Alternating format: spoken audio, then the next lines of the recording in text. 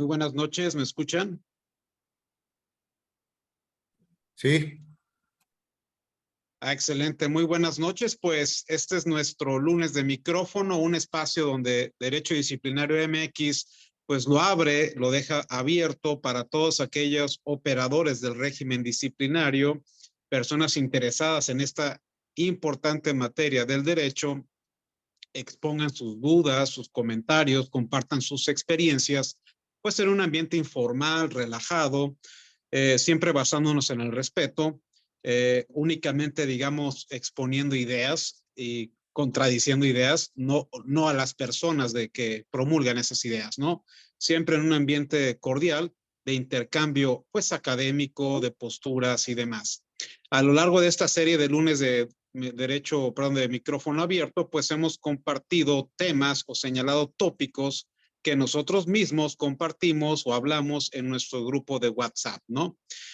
Y pues la intención es esa, ¿no? Que aprovechemos estos espacios para que todos los operadores interesados del régimen convivan. Por ejemplo, hay personas que estamos viendo aquí de acuerdo al registro, que son de Veracruz, son Ciudad de México, son de Chihuahua incluso, Estado de México, personas de Yucatán, de Campeche, ¿qué tal? Y entonces esa es la intención, un solo lugar donde todos nos podamos reunir y hablar de lo que nos gusta y que nos interesa, ¿no? Vemos aquí a personas de Boca del Río, está el licenciado Almilcar. Mucho gusto, Milik, gusto verlo por acá. Y pues el tema de hoy es uno de esos que ha generado muchísimo controversia por parte de nosotros, los operadores, y no quiero decir solamente de nosotros, sino también de los demás operadores jurídicos. Bien sabemos que las faltas administrativas de la Ley General de Responsabilidades, algunas de ellas tienen, digamos, sus homólogos, hay quien dice que tienen sus espejos en los códigos penales o en el Código Penal Federal. ¿Qué sucede? Que muchas de las veces, pues, una falta administrativa, la comisión de una falta administrativa puede acarrear que también se actualice un tipo penal. Recordemos que a raíz de la reforma de materia de anticorrupción, allá la del 2015, ahora los delitos por servidores cometidos por servidores públicos ahora se conocen como delitos por hechos de corrupción. Y entonces nuestros legisladores, pues bueno, como les decía, equipararon estas conductas para responsabilidad administrativa y dejaron otras para responsabilidad penal. Bueno, pues sin ser esta una plática únicamente, una exposición por parte de su servidor, son apenas los aspectos generales que me gustaría dejar sentado en claro. Recuerden que todos ustedes pueden en cualquier momento alzar la mano, tomar el micrófono, pedir el uso de la voz, pues para compartir sus experiencias y demás, ¿no?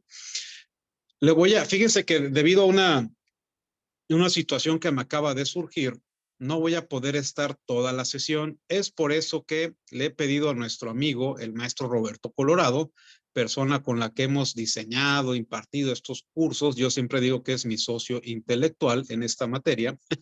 Entonces, le he pedido, por favor, que él dirija esta sesión y dirigir en el entendido de, pues bueno, llevar a cabo esta dinámica de exponer las ideas principales ya para que ustedes se decanten, ¿sale? Entonces, yo voy a estar muy atento por acá, voy a estar atendiendo otra cuestión y los dejo en las manos de nuestro amigo, el maestro Roberto. Amigo, adelante, muy buenas noches. Mira, aquí tenemos reunidas ya 22 personas.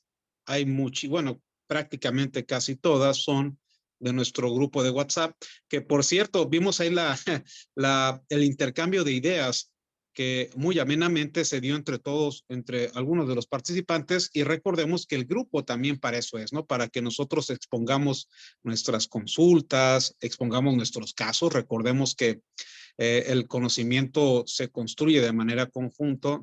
Nadie lo sabe todo, pero todo mundo sabe algo, ¿no? Y de esa manera nosotros, operadores del régimen disciplinario, nos estamos enriqueciendo con las experiencias de los demás. Pues bueno, amigo, la temática esta así es, la elegimos incluso por votación en nuestro grupo, que cuál era el tema que quisiéramos elegir y agotar para el siguiente lunes de micrófono abierto, ¿no? ¿Tú cómo ves esta situación de que se regulen las mismas conductas en dos legislaciones distintas y que generen dos responsabilidades diferentes, ¿no? Hay quienes dicen, bueno, se atenta o puede llegar a atentar contra este principio non bis in idem, que sencillamente es castigar a una persona por la comisión de una misma conducta dos veces, ¿no? Con esos y otros temas, pues iniciamos. Adelante, amigo. Gracias, Rodrigo. Buenas noches a todos. Esperamos su participación atenta, puntual. Yo creo que si las veces pasadas que hemos tenido el micrófono abierto, hay veces que se extienden las ideas y los debates y las participaciones. Si hay participaciones, a lo mejor podamos sujetarlas a un término para que no se alarguen mucho, dar unos minutos. No sé si han visto Caguama Jurídica con el doctor Ángeles, cómo se hace. Yo, respecto de la doble regulación de las faltas que podrían ser sujetas también de delitos, tengo opiniones encontradas, pero quisiera dar el micrófono a quienes más que nosotros. Yo quisiera darle el micrófono abierto, o abrir el micrófono a quienes pues muy denodadamente participan en nuestro grupo y muy activamente. No sé si alguien tenga alguna intención, sobre todo quienes votaron a favor de este tema, alguna opinión.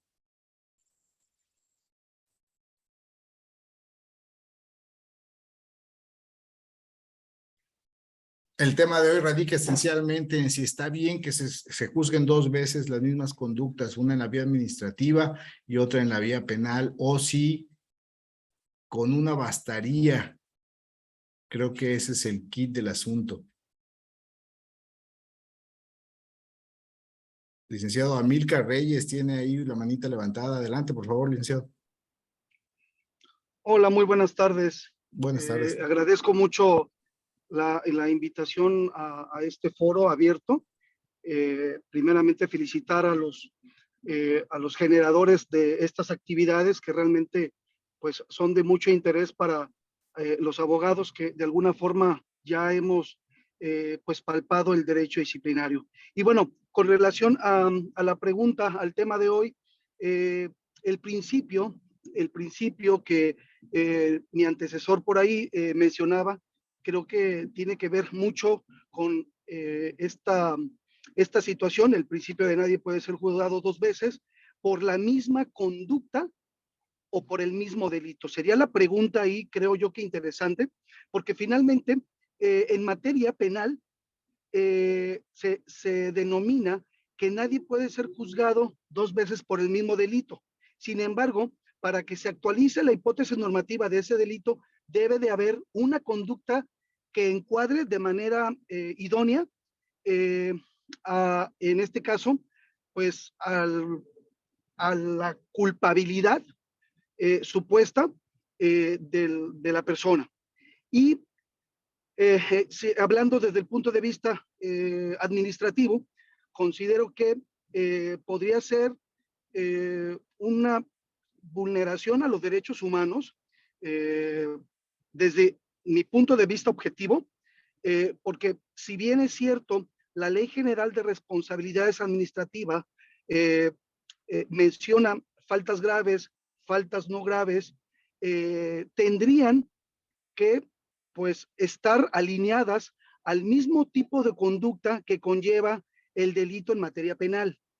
Es decir, si a mí desde un procedimiento de responsabilidad administrativa me van a juzgar por el tipo de conducta en la que haya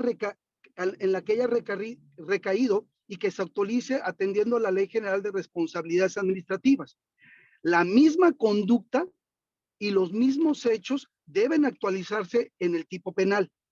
En ese sentido, desde el punto de vista constitucional, considero que sí, aunque son en dos materias distintas, pero sí se está juzgando, en este caso, el funcionario público o exfuncionario público dos veces. 2 veces por la misma conducta. Y aquí hay que precisarlo bien. El principio no bis in idem dice que nadie puede ser juzgado por el mismo delito 2 veces. Aquí yo lo aterrizaría a lo que es la conducta como tal, porque en materia administrativa, desde el punto de vista del derecho disciplinario, no estamos hablando de una tipicidad en materia penal, sino de una conducta que se actualiza atendiendo a la falta que se haya cometido por el presunto responsable. Ese sería mi punto de vista de manera objetiva. Agradezco el micrófono, abogado. Muchas gracias. La verdad es que gracias a ustedes por su participación. Lo que se busca en derecho disciplinario es esto, que podamos ir homogeneizando los criterios, ¿no? En la medida de lo posible, porque el derecho es súper indeterminado y es bien difícil de interpretar de una manera lineal por todos de la misma manera. Entonces, esto es muy enriquecedor para todos los que estamos operando. Lo que decía Rodrigo hace rato de que el intercambio que hubo ahí de opiniones es bien provechoso para la práctica. No sé si alguien quiera, gracias, el licenciado Amílcar, no sé si alguien tenga un comentario más. Yo preguntaría, ¿abarca la protección constitucional de este principio que dice exclusivamente para delitos penales? ¿Abarca, es un principio, lo podemos pasar también al derecho administrativo? ¿Lo podemos interpretar hacia allá? ¿Lo podemos usar en la construcción de la dogmática del derecho disciplinario? Se vale participar, Fernando Mesa dice que sí, se vale participar. De hecho, para eso es estas sesiones de micrófono abierto. No sé si gustas abrir el micrófono.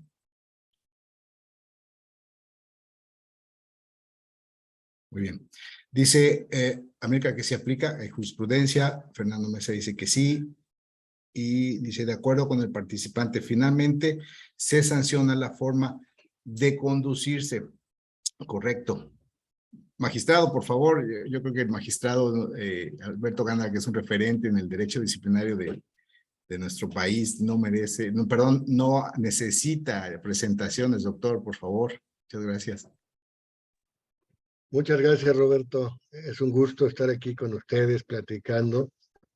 Pues miren, sobre este tema, yo tengo una opinión y he externado algunas consideraciones, porque yo sí pienso que en algunos casos se podría vulnerar este principio non bis in idem. Además de la denominación de los tipos por faltas graves que se empatan con los delitos, yo veo una problemática muy clara en el tema ya de la doble sanción cuando tienen la misma naturaleza. Y hay personas que confunden la naturaleza con la materia. Y yo les diría que no. La naturaleza es el tipo de sanción que se está imponiendo. Entonces, ¿qué pasa cuando por una misma conducta, en la vía administrativa y la penal, se imponen, por ejemplo, la sanción de inhabilitación, cuya naturaleza y cuyos fines son exactamente iguales en ambas materias? En la materia penal y en la materia disciplinaria, el objetivo de esta sanción es separar al infractor para no permitir que siga causando daño en el servicio público durante determinado lapso, ¿no? Durante determinado periodo. Entonces, tiene las mismas consecuencias. Lo mismo sucedería con la sanción de indemnización en materia disciplinaria o la reparación del daño en materia penal. Si hay un solo daño patrimonial, sería desproporcional que se imponga una indemnización y a su vez también una reparación del daño, porque entonces ya hay un ejercicio excesivo del ius puniendi del Estado, ¿no? Entonces, ahí habría que tener en cuenta eso. Hay muchos criterios que han ido señalando que no se vulnera el principio, porque si bien hay identidad de sujetos, hay identidad de conductas antijurídicas, no hay identidad de fundamentos. Sin embargo, yo creo que la tendencia protectora de derechos humanos nos va a llevar a que tarde o temprano sí se considere un ejercicio desproporcional del ius puniendi estatal cuando se impongan sanciones en ambas materias que pudieran impactar de manera excesiva en la esfera jurídica de la persona sancionada, ¿no?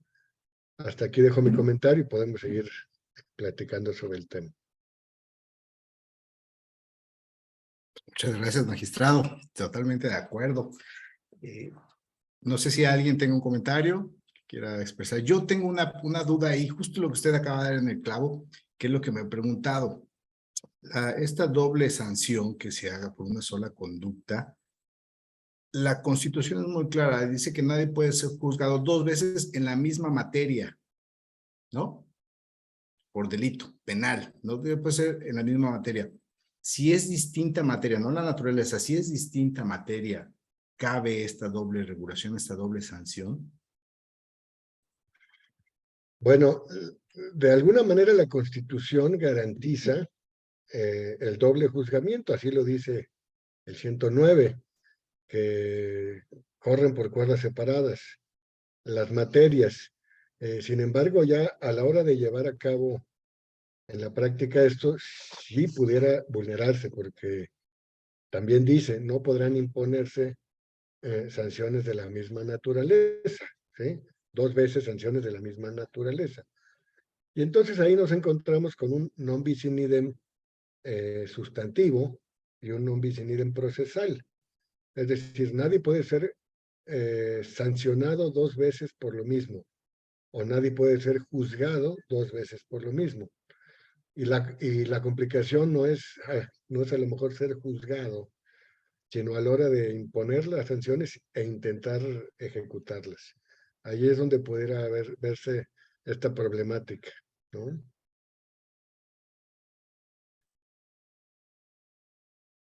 Correcto, a la hora de la sanción más que a la hora del proceso sobre la persona, ¿no? Muy bien, no sé si alguien tenga una opinión más. Esta es la oportunidad. Creo que hay muy poca gente conectada. Las otras veces de micrófono abierto he visto que hay más gente. A lo mejor, magistrado, su presencia, debo admitirlo, nos impone a todos un poco, ¿no? La experiencia, pero intentamos hacer lo mejor que podemos aquí nosotros con lo que sabemos. ¿Alguien más que tenga una opinión? Siéntanse libres, yo ando aquí de metiche nada más. Al A contrario, ver, nos honra y nos enriquece con su presencia. De verdad que es para nosotros bien honroso, magistrado, que esté aquí, y su participación en el chat, vaya, es invaluable. lo que quiero es aprender de ustedes, ¿eh? Siempre es bueno escuchar voces y todos aprendemos de todos. Entonces, pues qué bueno que somos pocos, así podemos facilitar un poco más el diálogo. Por No, y supuesto. aparte, magistrado, usted está muy activo ahí en nuestro grupo, ya hemos tenido ahí mucho intercambio de ideas, ¿no? Finalmente, como lo habíamos comentado, la intención de estos espacios, pues es que convivamos los interesados y los operadores, ¿no? Hay mucho autoridad investigadora, hay autoridades resolutoras también, entonces exponen así casos y experiencias que finalmente nosotros, estando en nuestra entidad, no podemos visualizar, ¿no? Yo siempre he tenido la duda, y creo que usted lo mencionó en alguno de sus libros, que no teníamos conocimiento o no se sabía de algún servidor público que haya sido sancionado administrativamente por una falta administrativa grave y penal, ¿no? O sea, no, creo que no, yo en lo particular no tengo conocimiento, no sé si alguien de aquí del foro, allá en sus entidades, sepan que un servidor público o a un particular se le sancionó por la vía administrativa y se le inició un juicio penal, ¿no? Yo no conozco ninguno, pero sí, donde sí ha habido temas, es en el tema del disciplinario policial, ¿sí? Aplicado con fundamento en la Ley General de Seguridad Pública. Ahí sí, ya incluso por ahí hay un criterio de que pues no se puede imponer doble sanción. Y ahí sí es más claro porque pues ambas son de alguna manera materias administrativas, el disciplinario especial policial y el disciplinario ordinario de la Ley General de Responsabilidades Administrativas. Entonces, ahí sí hay un poco más de claridad. Incluso por ahí tengo un ensayo sobre ese tema que si me permiten se los comparto. Muchísimas gracias, claro que sí. Yo tampoco he sabido, no sé si alguien más en el foro sepa. En lo que alguien quiere decir, puede levantar la mano con mucho gusto y si quieren abrir el micrófono.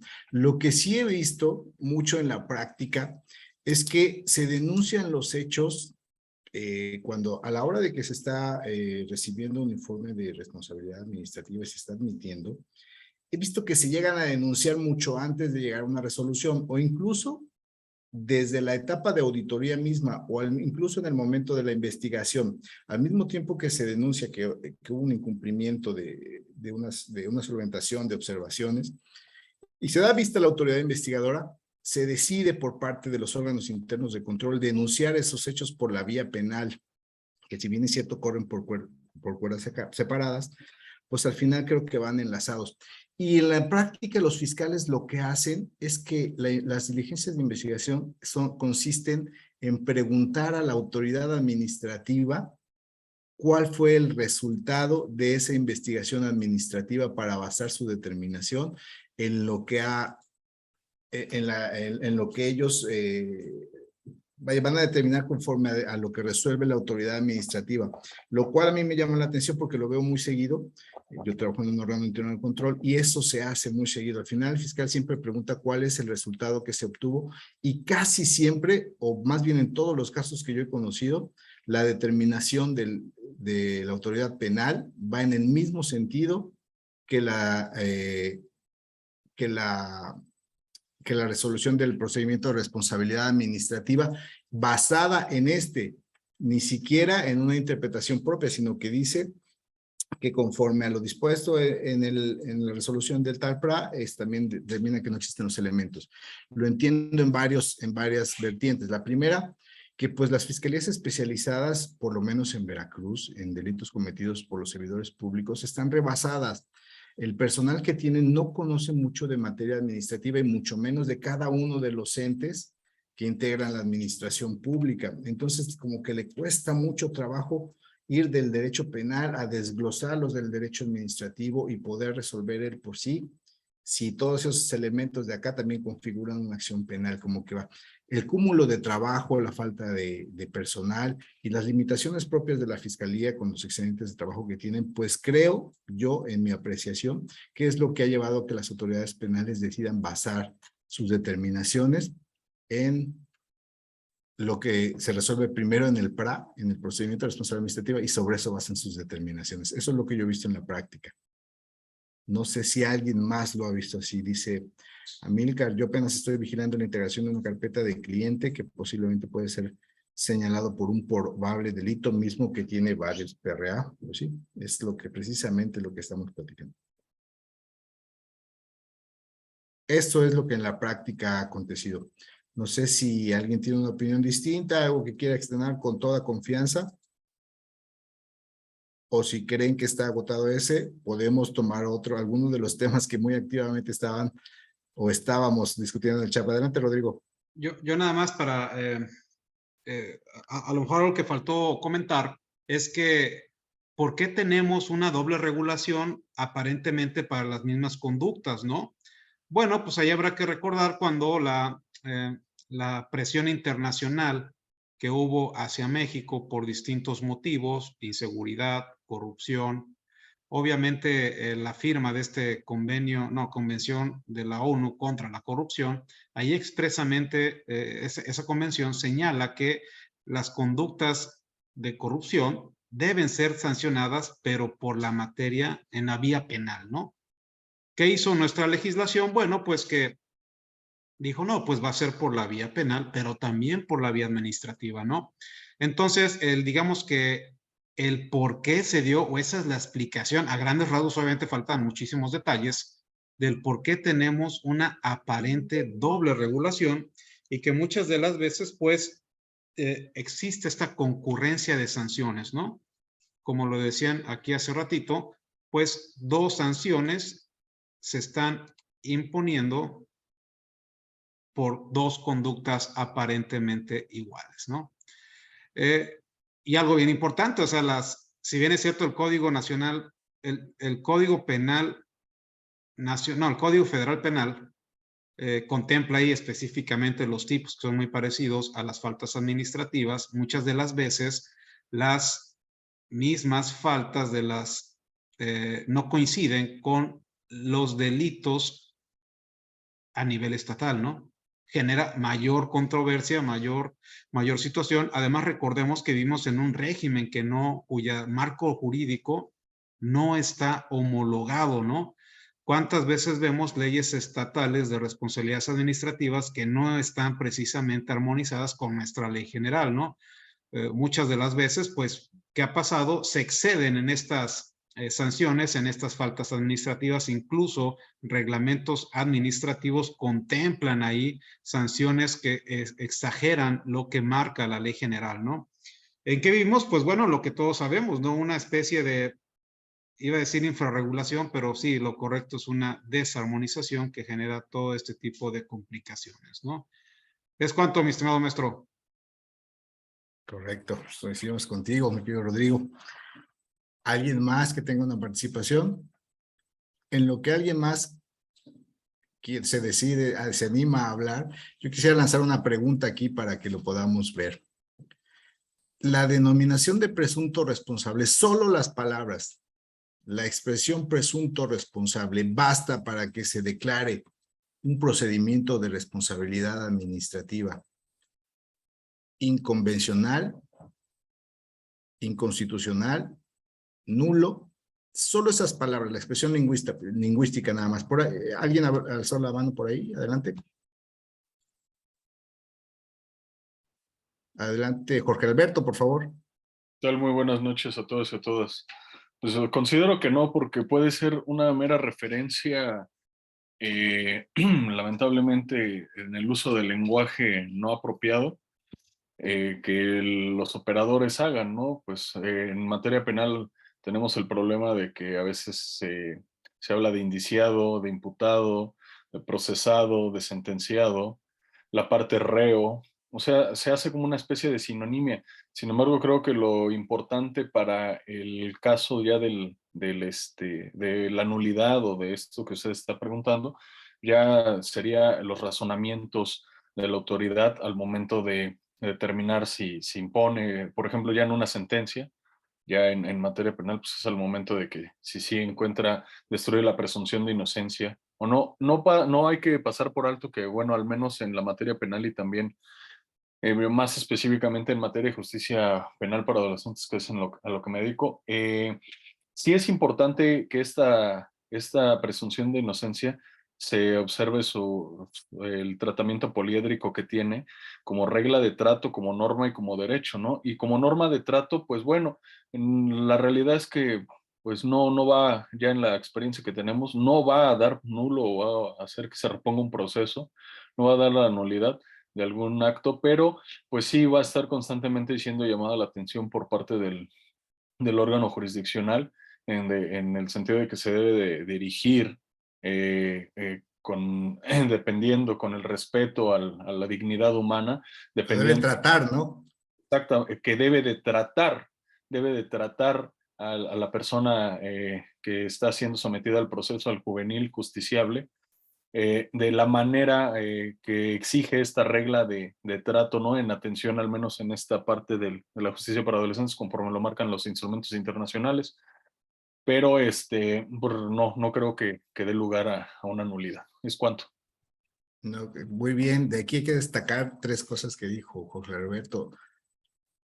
Lo poliédrico Ahora no hay que olvidar que es un derecho o es un principio, porque lo manejan como principio de presunción de inocencia y como un derecho, que es una discusión que también hay respecto de los principios y las leyes, ¿no? O los derechos. Si las leyes nada más se aplican y si los principios se pueden estirar porque son mandatos de optimización o no. Ahorita valdría la pena ver qué es trato. ¿no? ¿Cómo es la regla de trato? ¿En qué consiste tratar a alguien? Y si eso implica el apelativo con el que te diriges a él, y no solo el apelativo, sino los efectos que causa para esa persona ante los demás, ¿no? Amílcar Reyes, adelante, por favor.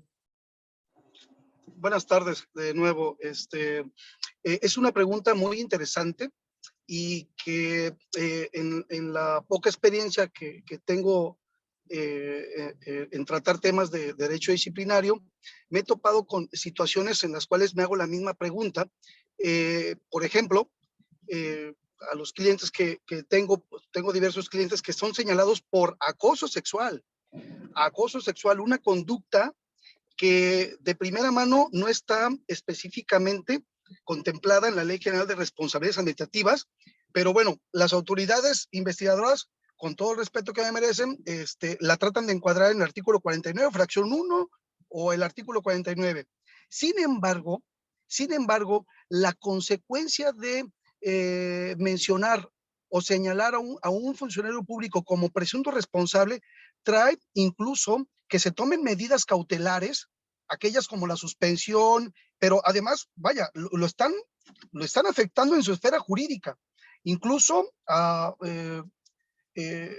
no sé si me doy a explicar esa parte. Claro, yo entiendo que el tema del acoso sexual en materia de derecho disciplinario sería un tema muy aparte. Simplemente trato yo de exponer por la experiencia que en ese sentido, cuando hay un funcionario que se le señala que ha cometido la conducta de acoso sexual y que la quieren encuadrar en el artículo 49 porque no está como tal, no está como una falta grave o no grave, pues bueno, sí afecta de alguna forma pues sus derechos humanos y sus intereses, su esfera jurídica. No sé si me di a explicar. Gracias, muy amable. Al contrario, gracias, gracias. Sí, por supuesto que sí. Es justamente lo que yo preguntaba.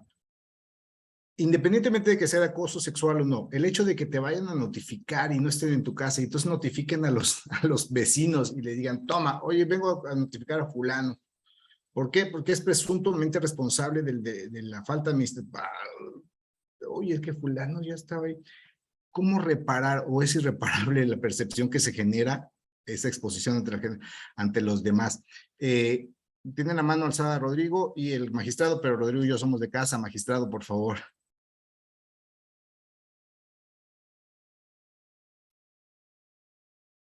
Muchas gracias, Roberto. Bueno, respecto a este tema, primero aclarar con mi casi tocayo que no estoy del lado oscuro de las autoridades investigadoras, sino todo lo contrario.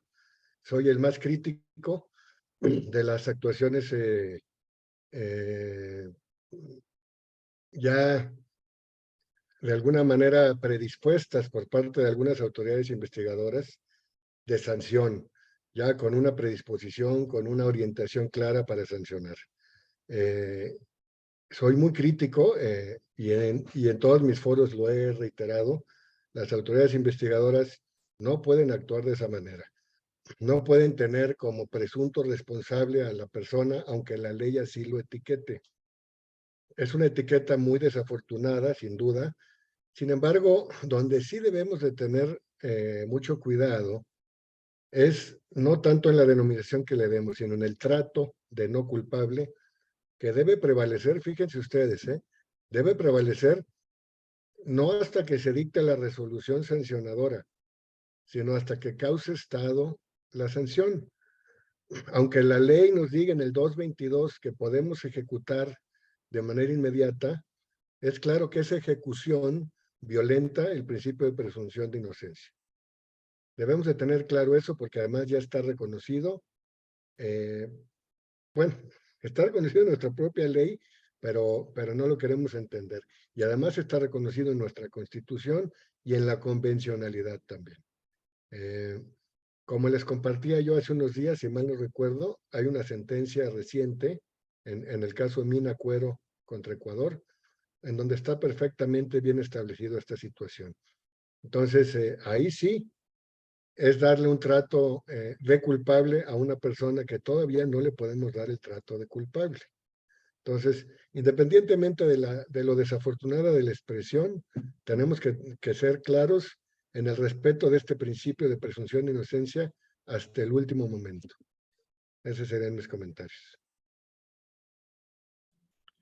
Totalmente de acuerdo, maestro. Por aquí también está el maestro Alejandro Falcón, que es el director de responsabilidades de la universidad. Qué bueno que está aquí, maestro. Rodrigo. Sí, amigo, gracias. Yo solamente quería lanzarle una pregunta a todas aquellas autoridades que son investigadoras y que están en nuestro grupo y que están aquí presentes, y es en relación con lo mismo, ¿no? Ya sabemos que puede haber una conducta, puede actualizar un delito, una falta administrativa, pero la pregunta es la siguiente, ¿no? Si ustedes son autoridades investigadoras y durante el desarrollo de su investigación detectan la comisión de delitos por hechos de corrupción o de cualquier otra índole, o bueno, vayamos por hechos de corrupción, ¿no? ¿Hasta cuándo deben ustedes denunciar esto ante la autoridad responsable, llámese fiscalía, ¿no? Les voy a decir por qué. Porque a raíz de esta convivencia que hemos tenido y a los foros que nos han invitado, a los foros que hemos asistido o escuchando otros ponentes, hay una idea equivocada respecto de esto, ¿no? ¿Por qué? Porque hay quien sostiene, no, yo no puedo presentar una denuncia hasta que yo no termine e integre mi informe de presunta responsabilidad administrativa, ¿no? Y otros dicen, lo tengo que hacer así porque tengo que tener la certeza de que efectivamente se actualizaron las faltas administrativas y así ya darle vista a la fiscalía correspondiente, ¿no? Esa es la pregunta que yo lanzo, ¿no? ¿Qué respuesta tengo yo? Bueno, pues si bien es cierto que la ley general es ley especial en materia de responsabilidades administrativas, la que es ley especial en materia de delitos es el Código Penal Federal y los códigos de las entidades, ¿no? Entonces, en el caso del Código Penal Federal, ahí tenemos el artículo 222, que habla del deber de denunciar, ¿no? Y dice que, en pocas palabras, que cuando un funcionario en ejercicio de sus funciones públicas esté atento o sepa de la comisión de un delito, debe denunciar inmediatamente. ¿Qué sucede? Como les decía, que en la práctica hemos detectado que no, hasta que se agota una investigación de responsabilidades administrativas, ya es cuando se animan a presentar, por aquí presentan el IPRA ante la substanciadora y saliendo le llevan la copia a la fiscalía correspondiente, ¿no? Esa era mi pregunta, no sé cómo lo hagan los estados, qué consideran de lo que yo dije.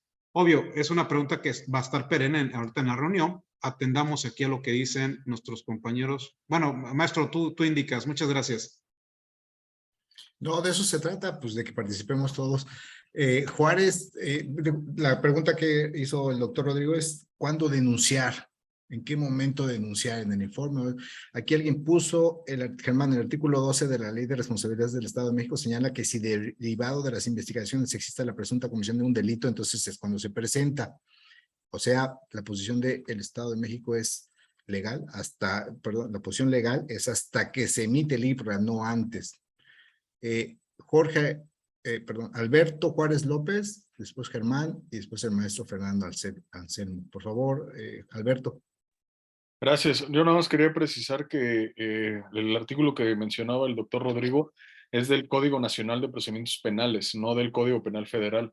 Código Nacional de Procedimientos Penales sí hablan, que es instrumental, habla en ese artículo 222, que es deber de toda persona en ejercicio del servicio público denunciar. Bueno, en general habla del deber de denuncia, pero hablando ya específicamente de los servidores públicos que con motivo de sus funciones tienen conocimiento de un hecho que la ley señala como delito, dice el código que deberán realizar la denuncia o querella respectiva y acompañar los datos de prueba que obren en su poder.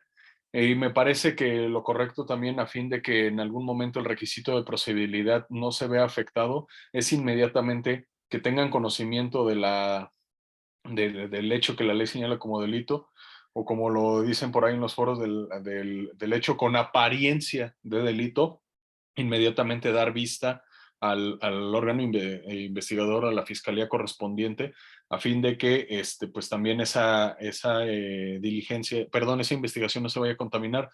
Nosotros como defensores hemos visto mucho esa parte de que ya cuando dan vista al órgano, al Ministerio Público, justamente ya continuaron su investigación el órgano administrativo y algo que comentábamos en el curso de los sábados, o yo les comentaba, piden una declaración por escrito, ¿no? Mandan el órgano interno de control, al menos aquí en la Ciudad de México, a pedir que ríndeme una nota informativa respecto de los hechos en materia de esta denuncia o de esta responsabilidad.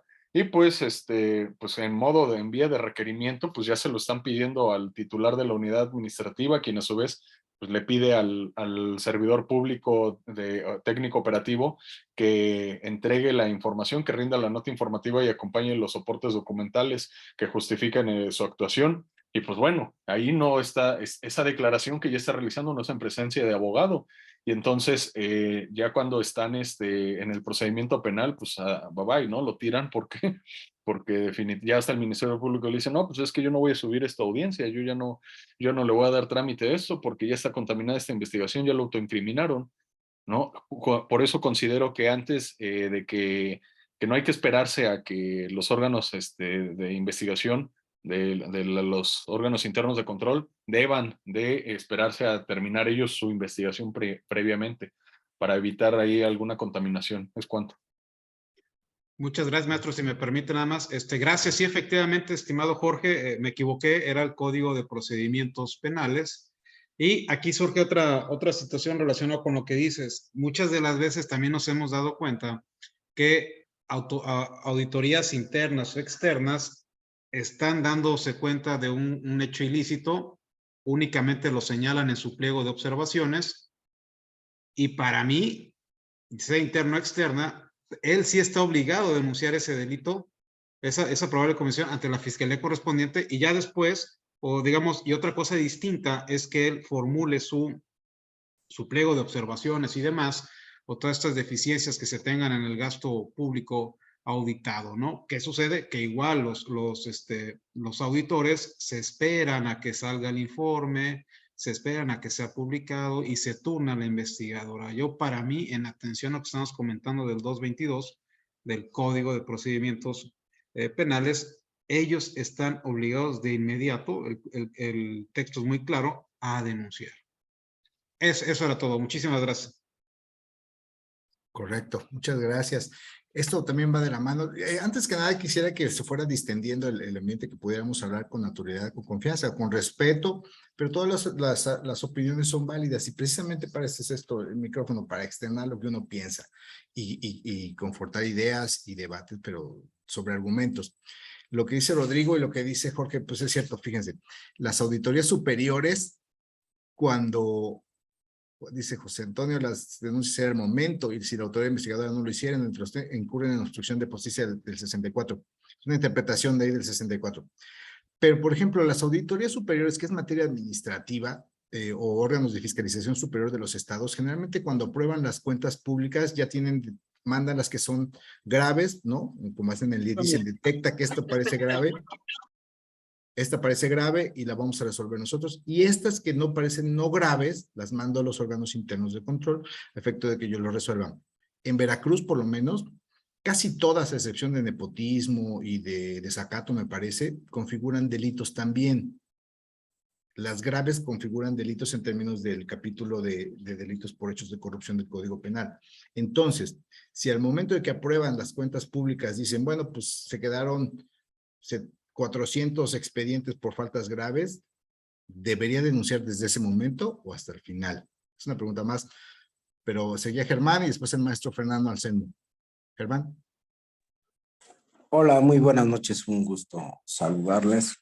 Y bien, en cuanto a lo que han venido manifestando del principio no ves inhiben el tema de la práctica de las autoridades investigadoras, y a mí me gustaría compartir el hecho de que, como bien lo señalaba, no es fácil ser integrante de un órgano interno de control donde tienes la responsabilidad de investigar, de sustanciar e incluso hasta de resolver faltas no graves. En el sentido de la situación de responsabilidad administrativa y la cuestión de responsabilidad penal, Ya en la práctica sí resulta una situación un tanto compleja en primero porque pues las personas que llevan a cabo este tipo de responsabilidades deben de tener un perfil y no nada más exclusivamente en conocer de la responsabilidad administrativa en que puede incurrir un servidor público, sino que ya también pues debes de conocer para verificar si los hechos resultan ser una responsabilidad en la materia penal.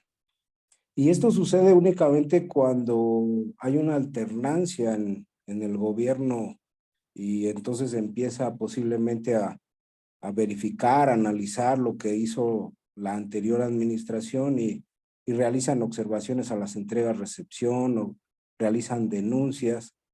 Y ante esas denuncias pues se presentan a los órganos internos de control, pero te presentan cuestiones hasta incluso de carácter técnico, como son el manejo de recursos públicos con reglas de operación, con cuestiones de contabilidad gubernamental.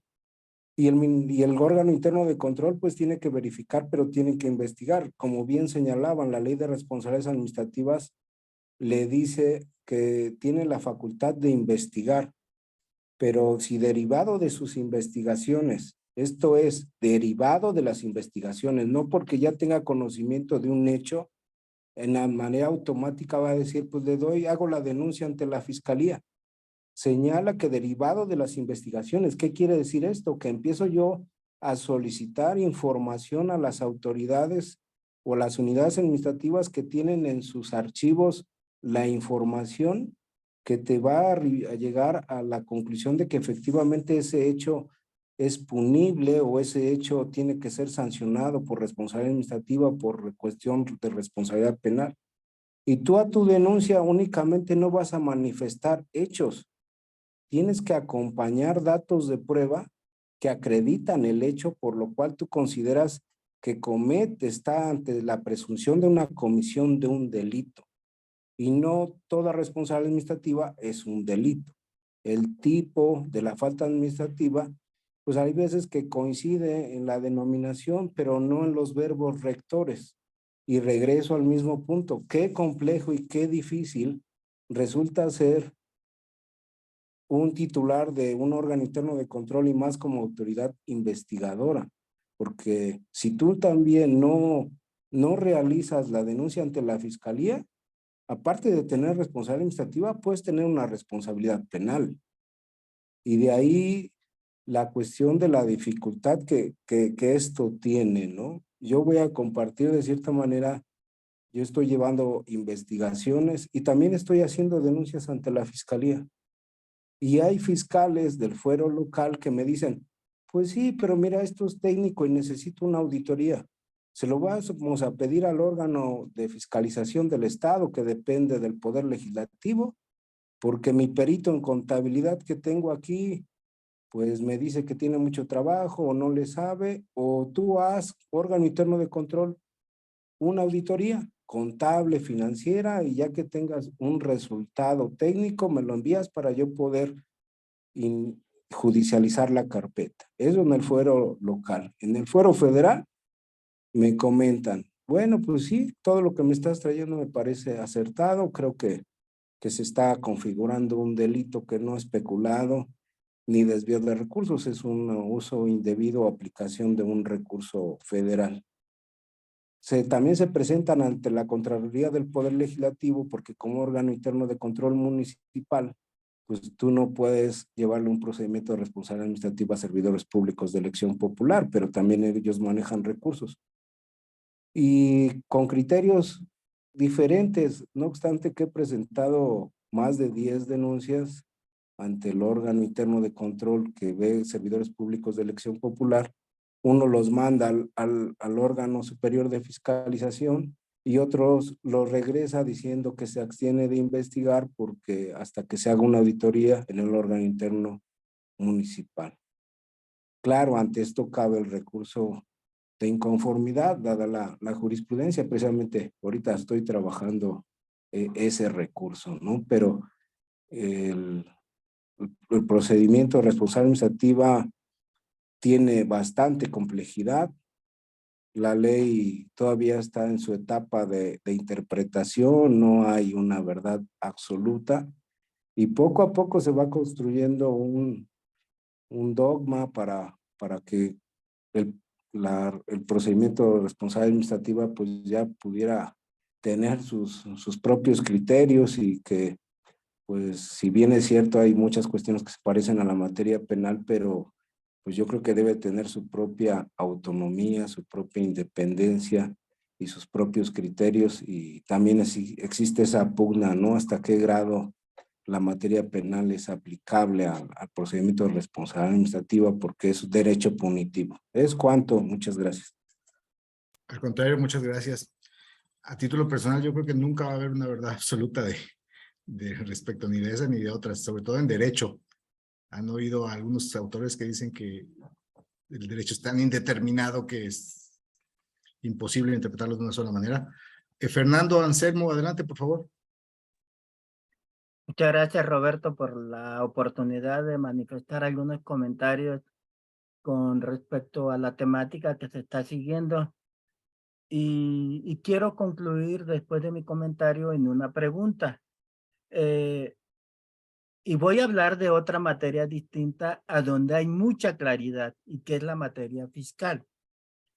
Cuando el Servicio de Administración Tributaria, que es el órgano competente para llevar a cabo las facultades que se tienen en el artículo 42 del Código Fiscal de la Federación para ya sea llevar una revisión de escritorio, una revisión domiciliaria o auditoría domiciliaria o una auditoría electrónica,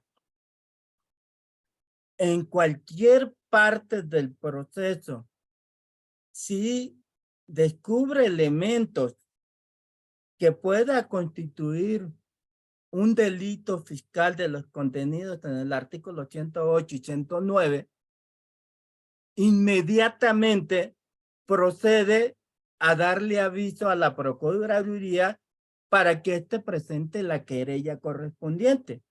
No importa en qué momento del proceso se encuentre en la parte administrativa.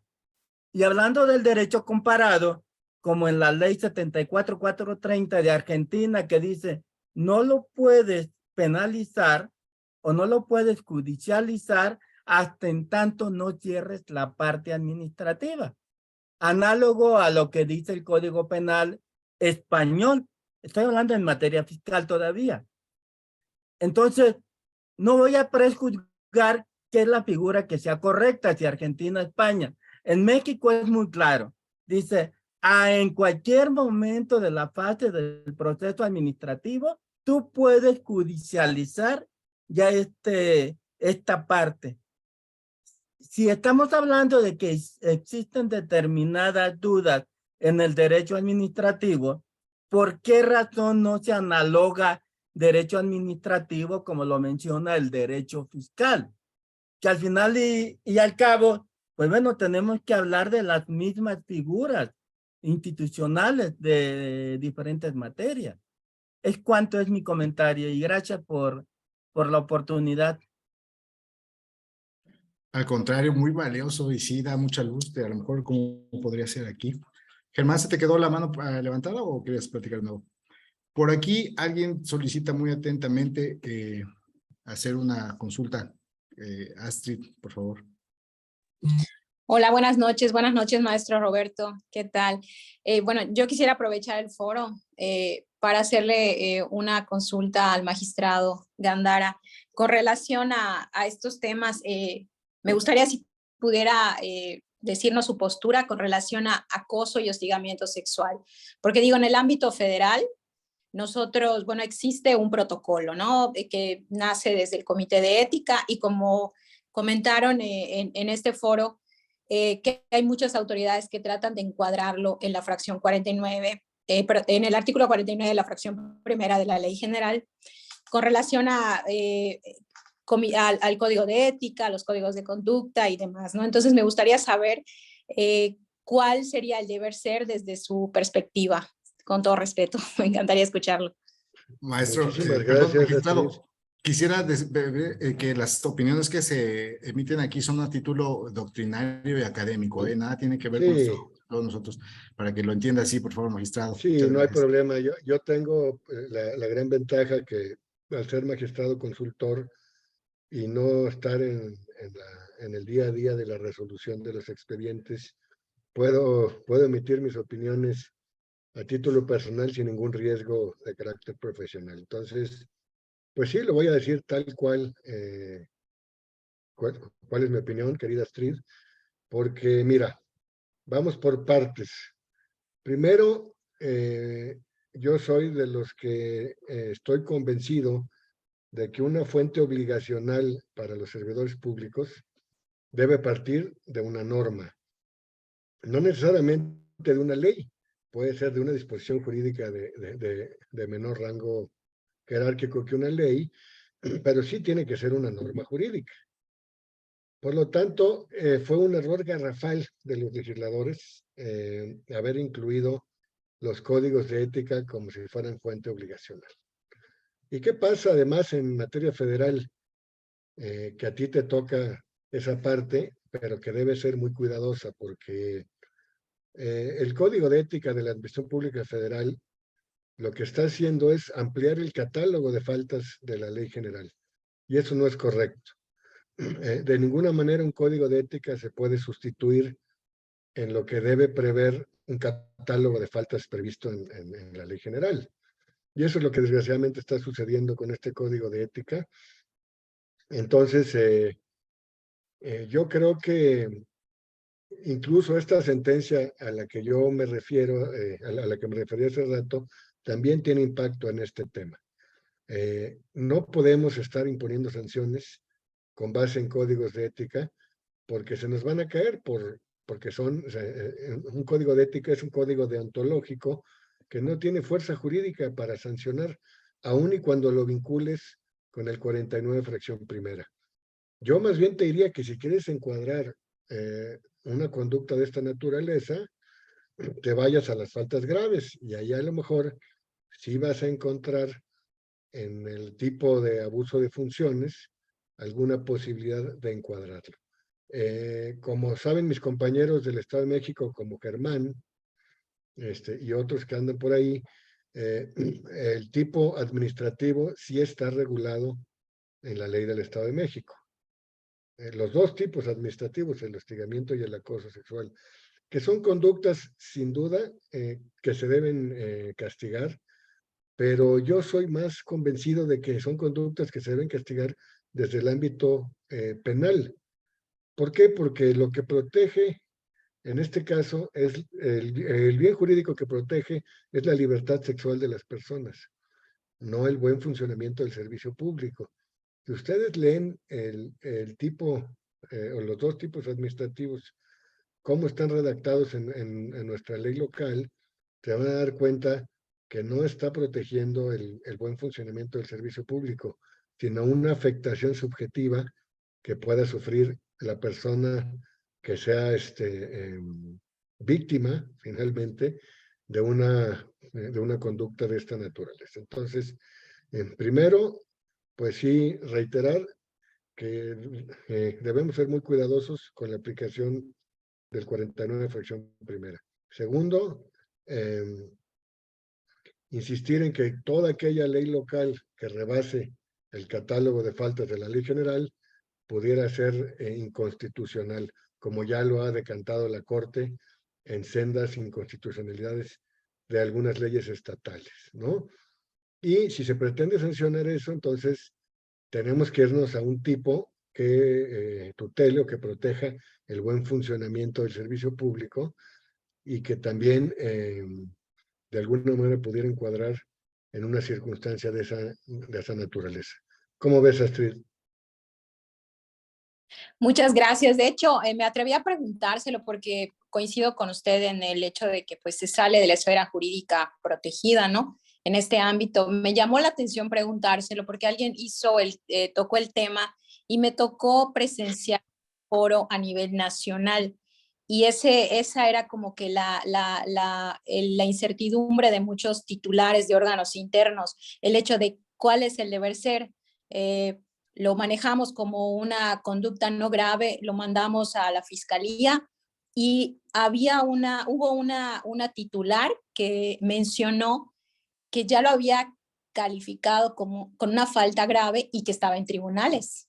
Entonces, pues espero pronto ver la resolución para ver desde qué punto lo resolvieron. Por eso, de hecho, me atreví a comentar, o sea, para coincidir con la postura, ¿no? Y teniendo en cuenta que recuerdo que en una conferencia usted mencionó que pues obviamente los códigos de conducta, códigos de ética y todo eso pues son normas blandas, no tienen la fuerza coercitiva, ¿no? Para interponer sanciones. Gracias por su amable. Gracias. No sé si alguien más tenga una participación. También en eso coincide la doctora Liz Padilla, ¿no? Dice que una falta no puede estar sustentada en un código de ética. Adelante, Rubén Mendoza. Tiene apagado su micrófono. Gracias, perdón. Una disculpa. Saludos a todos. No, pues ya ves que, mira, la vez pasada yo había comentado más que nada como historia, ¿no? De lo que en mi caso yo había tomado en consideración cuando me desempeñé en órganos internos de control. Y ahorita con lo que nos dijo el magistrado Gándara, lo que dijeron los demás compañeros, yo creo que aquí a veces no tanto de la ley, ¿no? Sino más bien viene más atrás, ¿no? Hay cosas que salen fuera de la ley, que faltan muchas cuestiones, sí, pero como que sigue arrastrando todavía todo esa falta de incertidumbre a la hora de aplicar las leyes. Ahora quieren meter, como dicen, los protocolos, quieren meter los códigos de ética, los códigos de buena conducta, y simplemente pues se quedan cortos. Y incluso por ahí el compañero comentó, cuando no tienen el perfil o los perfiles, los titulares o personas que se dedican precisamente, en el caso de que son parte de los órganos internos de control.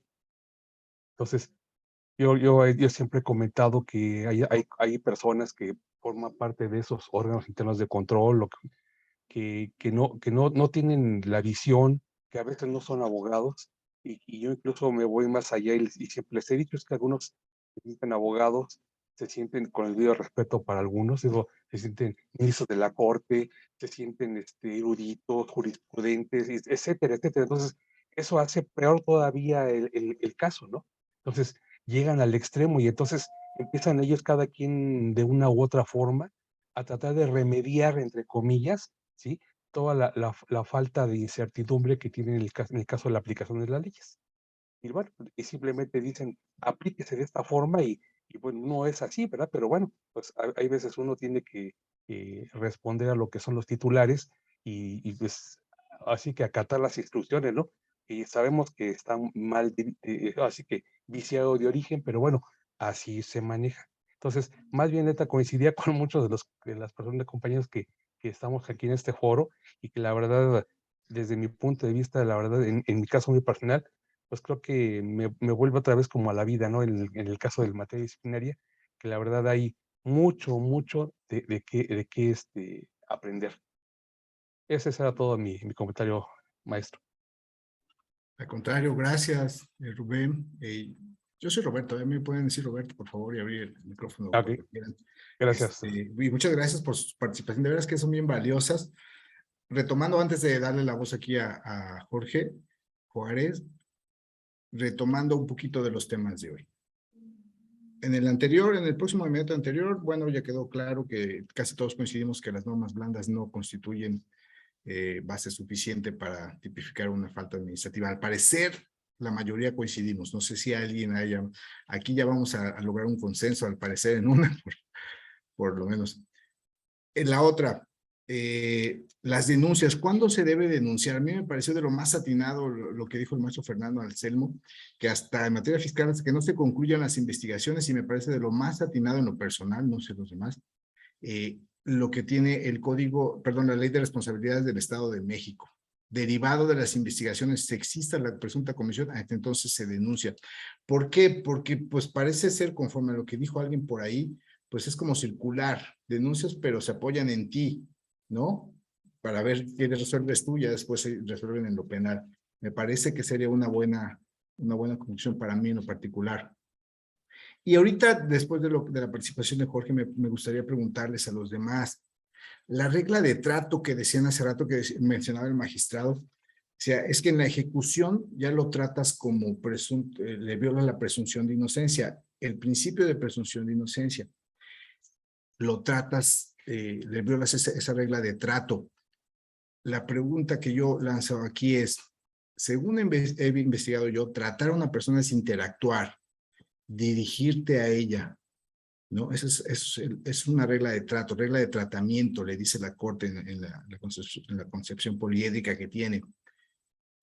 Tratar procesalmente a alguien no es dirigirse a él, o interactuar, dirigirle algún escrito, una actuación, decirle, oye, presunto responsable, no lo estás tratando, no le estás rompiendo esa regla de trato, y aún un poquito más allá. Ese trato que le das tú al endilgarle ese apelativo que aparte te lo impone en la ley, pues todos sabemos que la dignidad es la base sobre la que descansan los derechos humanos. A los demás, ante los ojos de los demás, ese posible escarnio que pongas ahí en el vecino, le pongas los que le vas a notificar, todo, diga, el presunto responsable fulano de tal, y los vecinos digan, oye, es que fulano de tal lo están acusando, imagínense de acoso, y dicen que es presunto responsable. Y después se corre, no, pues es que ese es presunto responsable de acoso. O sea, no le violas ahí la dignidad en el escarnio que le haces ahí, al dirigirle, al tratarlo ahí. Y más allá de eso, ¿es reparable? Para mí que es irreparable, porque aunque después en la sentencia diga, es que no era culpable, siempre no, se equivocaron, no era ese juego, pues la percepción en el imaginario colectivo. Pero ¿a dónde va todo eso? A que si esas son las dos palabras, presunto responsable, dan para la nulidad, porque le estás violando todo esto que acabo de decir. Si te da para declarar la nulidad o para declararlo inconvencional o inconstitucional, pues vas a tirar absolutamente todos los procedimientos que se han hecho hasta ahorita, porque todos les llaman así. Y segundo, ¿le puedes cambiar el nombre nada más así? Pues yo ya no voy a decir que se llama presunto responsable, ahora voy a llamar Juanito el imputado. No rompes la legalidad, porque esa figura no está en la ley, el principio de legalidad. Son preguntas que dejo ahí. Jorge, adelante. Muchas gracias. Lo que también quería comentar ahorita que estaban hablando de esta ¿cómo decir?, extrapolación de los tipos administrativos dentro de las leyes locales hacia a la ley general cuando ya la rebasan, y lo que se estaba comentando, ¿no?, de las disposiciones disciplinarias internas, los manuales bueno, no como tal manuales, sino estas disposiciones éticas. Todo Códigos de esto, ética. ¿perdón? Los códigos de ética. Los códigos de ética, perdón, sí, es que aquí tenemos código de ética de la Administración Pública de la Ciudad de México, tenemos código de conducta de la Consejería Jurídica de Servicios Legales. Entonces, la duda es en cuanto a, ya esa parte me quedó clara, pero la duda en concreto es, entonces, las determinaciones que, por ejemplo, como persona de mando medio o de dirección, yo emito una circular, yo emito un lineamiento de trabajo, no sé, un ejemplo. Aquí vamos a recibir toda la correspondencia a través de una oficialía, deberán de verificar que lleve bien dirigido a quién es la persona destinataria, el cargo, el nombre, deberán de recibirlo, sellarlo, anotarlo, escanearlo, registrarlo en la base de datos, y ya después ubicar conforme al tema el área a la que se le tendrá que que se le tendrá que turnar. Y, por ejemplo, pues hay quienes agarran y dicen, no, yo simplemente lo recibo y yo ahí lo mando, ahí a ver a quién le toca, ¿no? Y derivado de eso, pues luego hay asuntos que pueden retardarse, dilatarse en la atención, y pues esto, mi consideración es por simplemente no tener como protocolo, una manera de atender los temas. Entonces yo establezco ese procedimiento internamente en la organización, y luego pues nunca falta la persona renuente que no, pues es que yo no lo voy a hacer así porque así nunca lo hemos hecho, y y no nada más porque le da flojera a realizar todo ese procedimiento. Pues eso sí, en efecto, no viene en un manual administrativo, no viene en un código de conducta, en un código de ética, entonces no viene en la ley orgánica de la administración pública, no viene en un reglamento, no viene en la ley de la unidad administrativa. Entonces, pues no viene nada, pero es el lineamiento de trabajo. Y por ahí el 49 de la ley de la Ciudad de México, de la ley de responsabilidades administrativas, y ahí ya voy concretando mi pregunta, dice desobedecer, no, bueno, no, perdón, no, creo que no dice desobedecer, pero el sentido que yo interpreto es eso, o sea, que no se acaten las instrucciones. Entonces, esto daría lugar a una responsabilidad administrativa, o simplemente pues porque no está legislado, no es una ley, simplemente ya no estaríamos hablando de que haya una responsabilidad administrativa, al menos no grave. Ya lo encontré, es 49, en la fracción 1, ¿no? Cumplir las funciones y comisiones encomendadas, por ejemplo, y trae una serie de ahí como de principios, observando en su, bueno, de reglas, observando en su desempeño, disciplina y respeto. Y también me parece que la fracción 3 sí es a la que me refiero con más precisión, atender las instrucciones de sus superiores, siempre que éstas sean acordes con las disposiciones relacionadas con el servicio público. Entonces, en concreto, pues si esta circular, estos lineamientos, este memorándum donde les digo lo vamos a trabajar aquí así en esta unidad administrativa, pues si agarran y dicen, no, podría yo hacer mi denuncia, y que bueno, ya las he hecho, pero luego el órgano interno de control, poder hacer la denuncia, sí, a lo que voy es, ¿sí estaría yo violentando el principio de legalidad o sí estaría en un actuar correcto con el fin de que la organización camine de manera adecuada? Espero haberme dado a entender, si no, pues agradeceré me concedan la oportunidad para precisar las dudas o precisar mi pregunta de manera más correcta. Gracias.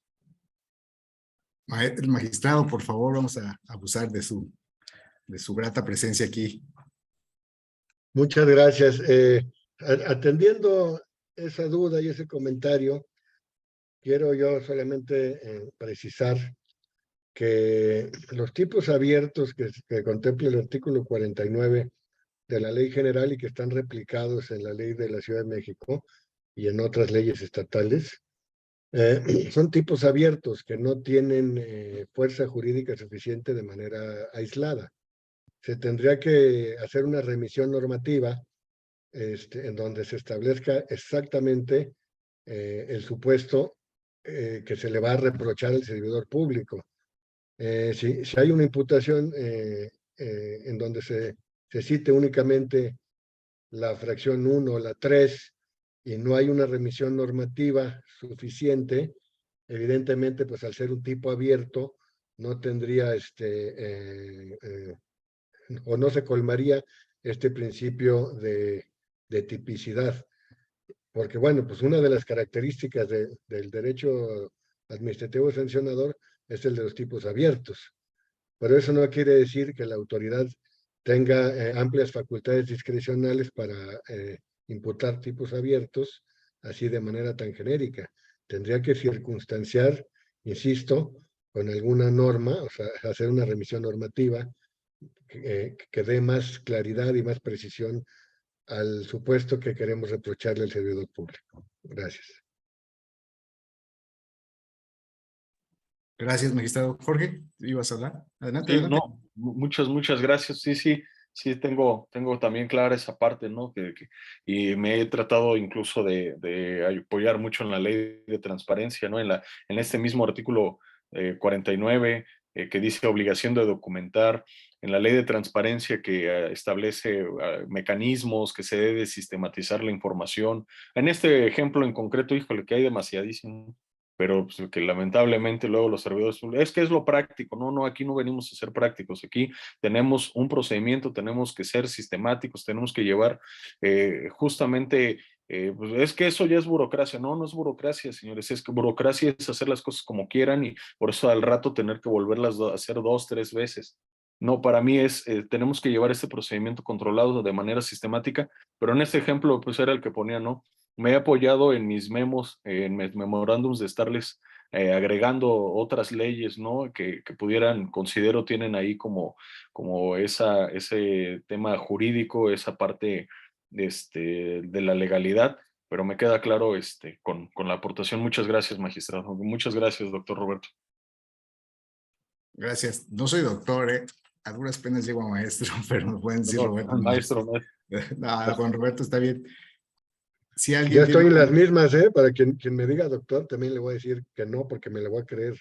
Tampoco soy doctor. No, pues sí, es de conocimiento digno de doctores, de verdad, están ya en esos niveles. Muchas gracias. Al contrario, gracias a ustedes. Héctor, adelante, Héctor. ¿Qué tal? Muy buenas noches. Disculpen, está mi cámara un poco fallando, pero lo bueno es que sí nos oímos, ¿verdad? Sí, se escucha claro.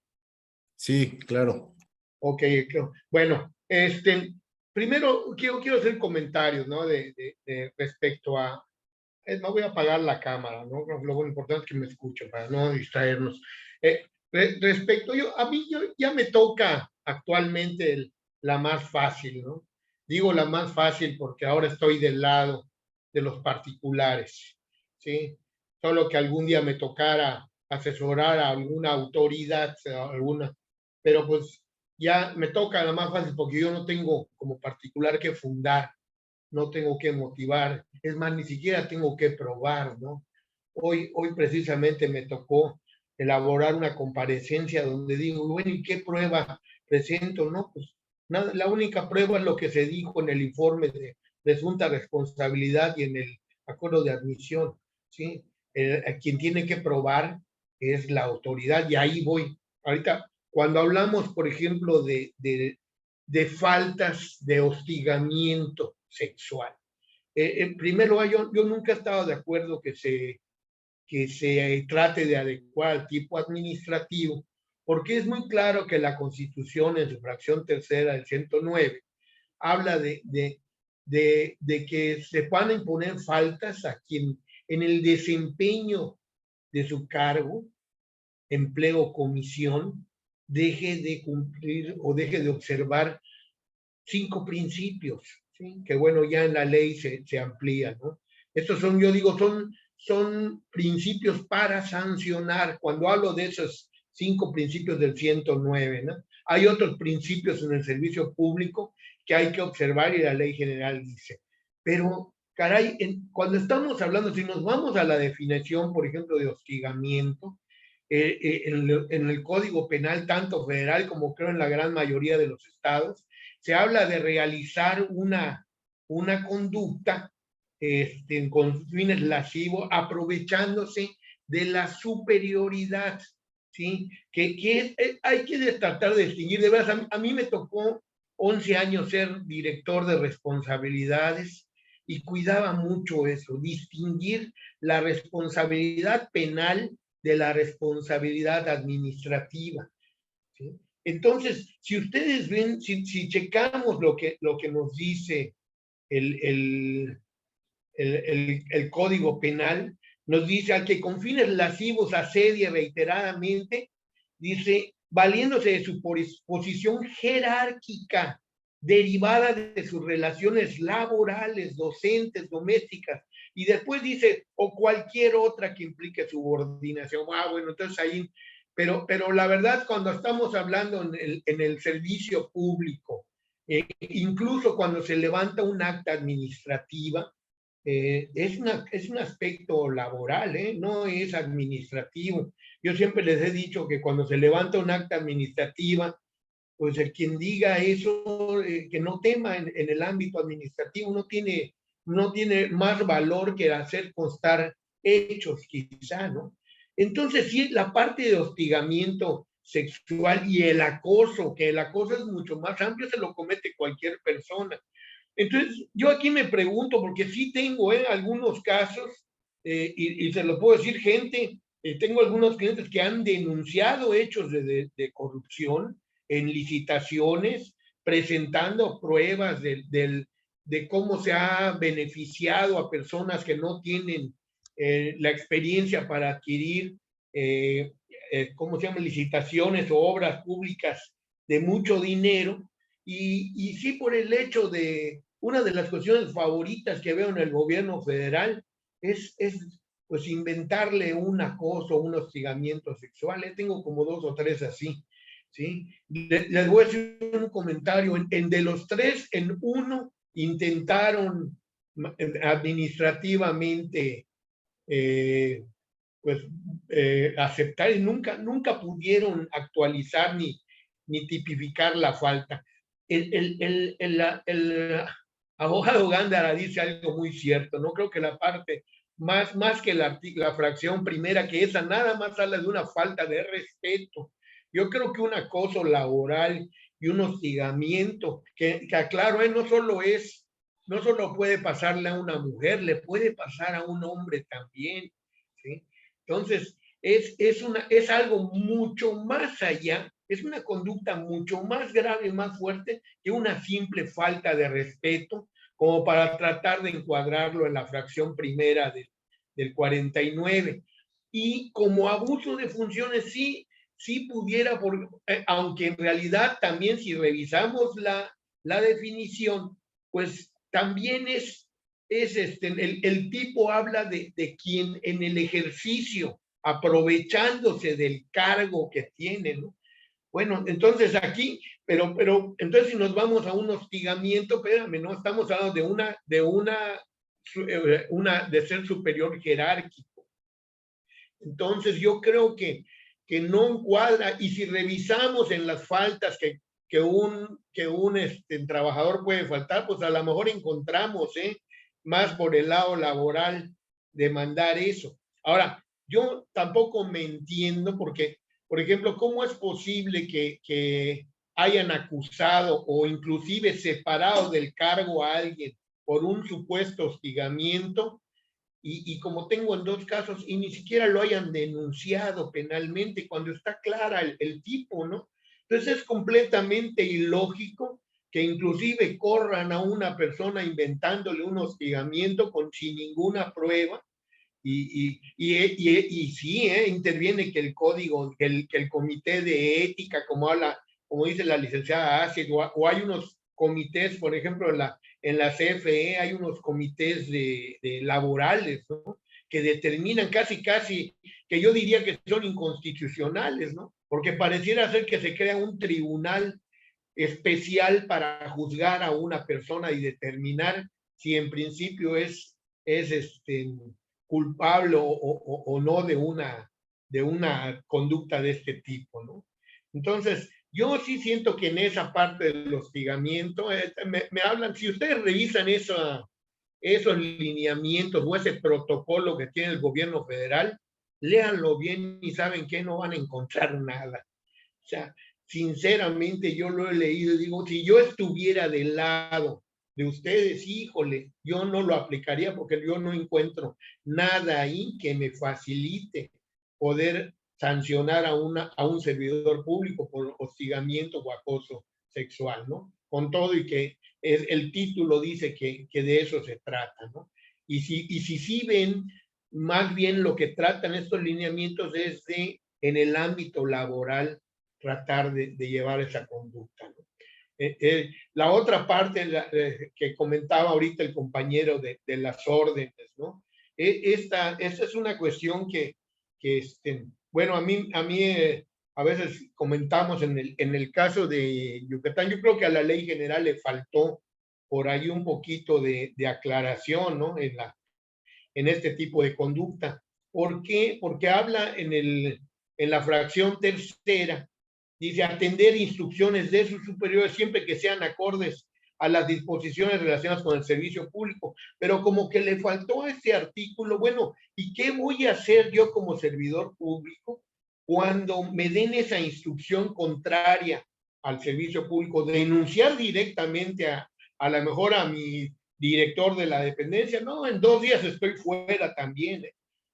Entonces, en la ley de Yucatán, que bueno, no se trató de ampliar, sino de esta falta, sino más bien de señalar, bueno, ¿y qué vamos a hacer? Ahí en la ley de Yucatán dice que en estos casos el servidor público va a comunicarle al superior las dudas que suscite la procedencia de esas órdenes y las razones o motivos por las cuales dichas instrucciones pudieran ser contrarias a disposiciones legales, ¿no?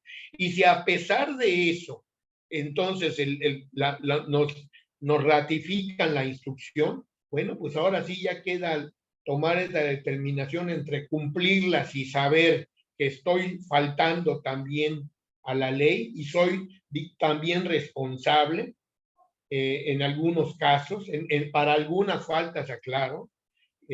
Pudiéramos, inclusive ahorita que veamos, si vemos alguna falta grave, podemos ver que no hay responsabilidad cuando se haga cuando nos utilice el jefe para hacer algo, ¿sí? Pero sí, o como dice la ley, ¿no? Denunciar esta circunstancia que lo podemos hacer. La ley ahora nos da muchas formas, ¿no? Hacerlo de manera anónima, solicitar que se nos resguarde la identidad. Ya hay otras maneras que la ley establece, ¿no? Entonces, sí hay que tener cuidado, ¿no? Porque la verdad, el estar queriendo forzar faltas que no lo son, pues nos puede traer muchas consecuencias en materia de responsabilidad, de la responsabilidad objetiva del Estado, ¿no?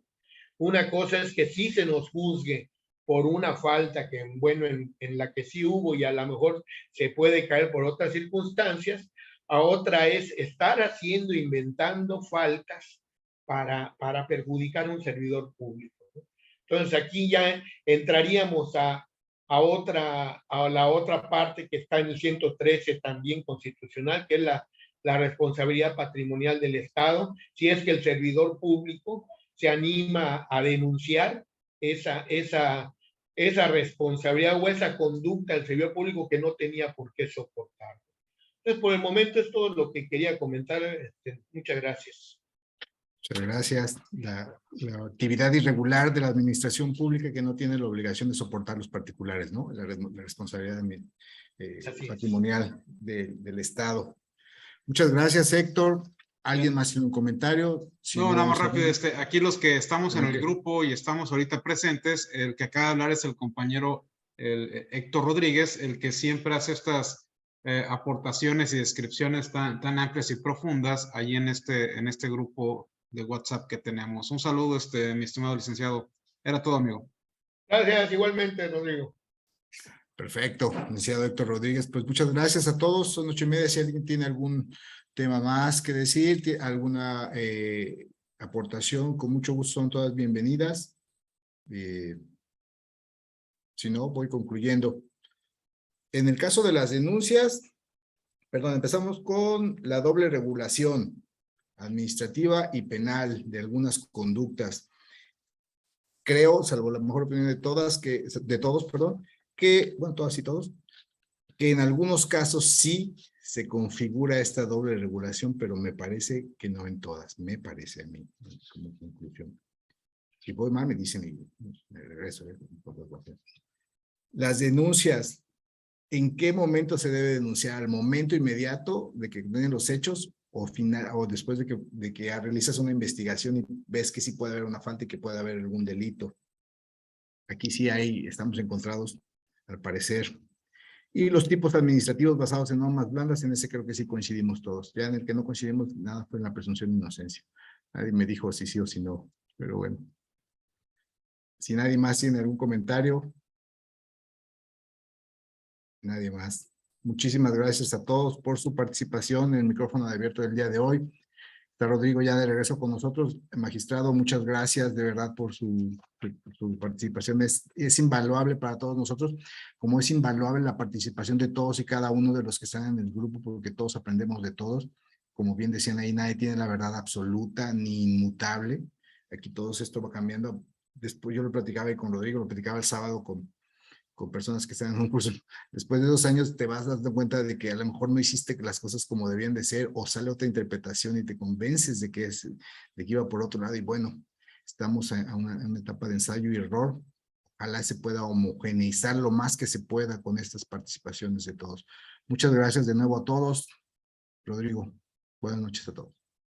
Pues muchas gracias a todos por su tiempo, por asistir a estos eventos que hacemos para ustedes. La verdad, siempre le apostamos a la divulgación de las ideas en esta materia que nos interesa tanto. Como vemos, es un edificio que se rehace todos los días el derecho disciplinario en México, ¿no? Agradecemos a todas las personas que se han conectado de todas las partes del país y en especial, pues, al siempre generoso magistrado Alberto Gándara, que nos brinda su tiempo, ya sea en el grupo de WhatsApp, ya sea participando en estos eventos, y él así es realmente.